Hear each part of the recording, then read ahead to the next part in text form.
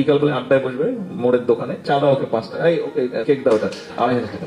Family কার্ডে আমরা যে টাকাটা দিচ্ছি, এটা যদি আপনি একজন পুরুষ মানুষের হাতে দেন, ও কিন্তু যেই মাসে ও টাকাটা পাবে 1 সপ্তাহের মধ্যে টাকাটা খরচ হয়ে যাবে। ওই যে বিকালবেলা আড্ডায় বসবে মোড়ের দোকানে, চা বিস্কুট খাবে, এই চা দাও ওকে 5 টাকা, এই ওকে কেক দাও ওটা নাই 2,500 টাকা।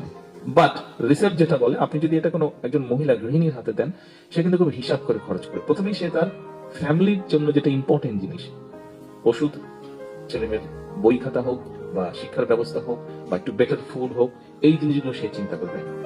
তারপরে যখন আস্তে আস্তে যে কোনো মানুষের, আপনি নিজেকে দিয়ে চিন্তা করে দেখেন, আপনি যখন প্রথম বেতন পেয়েছেন আপনার মনে হচ্ছে এটা কিনবো, সেটা কিনবো, ওটা কিনবো, বাট একসময় কিন্তু আপনার ডিমান্ডটা কমে আসে, কিন্তু তখন কিন্তু আস্তে আস্তে আপনি সেভিং করেন। ঠিক একইভাবে এখানেও কিন্তু মহিলা কিন্তু এক পর্যায়ে কিন্তু সেভিং করবে, যতই খরচ হোক অনেক সেভিং করবে। এবং সেভিংটা সে কি করবে? ডেফিনেটলি আপনি ফ্যামিলি কার্ডের মাধ্যমে যাদেরকে আপনি সহযোগিতা করছেন, বেনিফিটটা দিচ্ছেন, এরা নিশ্চয়ই সিঙ্গাপুর দুবাইতে টাকা পাচার করবে না।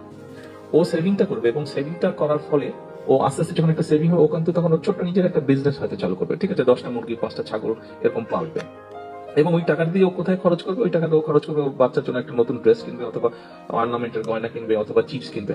আপনি দেখুন ড্রেসটা যে সে কিনছে, সে কি কোনো ব্র্যান্ডেড ড্রেস কিনছে না, ও কাপড় সেটাই কিনছে যেটা local factory, local garment industry তৈরি করছে। ও চিপস কি কোনো মার্কস স্পেন্সারের চিপস কিনছে না, ও লোকাল প্রাণ কোম্পানি অর্থাৎ দেশীয় কোম্পানির চিপস কি ও কিনছে।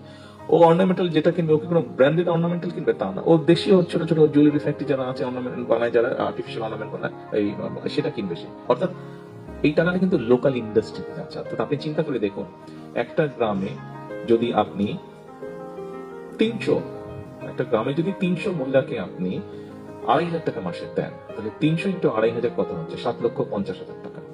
এখন 7,50,000 টাকা যখন এক মাসে যাচ্ছে একটা গ্রামে, ওখানে যেই স্টোরটা আছে, it can be grocery shop, মুদির দোকান ধরে, সেই মুদির দোকানে যখন মাসের প্রথম সপ্তাহে 300 জনের মধ্যে যদি এখন মোটামুটি ভাবে এক একজন মানুষ এবারে যদি প্রতিদিন সে 50 থেকে 100 টাকা স্পেন্ড করে, তখন কিন্তু ওই স্পেন্ডিংটা তার বেড়ে যাবে। অর্থাৎ ওই মুদির দোকানের সেলটা কিন্তু বাড়বে, তার বেশি পরিমাণ চিপসের প্যাকেট যাবে, তার বেশি পরিমাণ অন্য অন্য দ্রব্য বিক্রি হবে।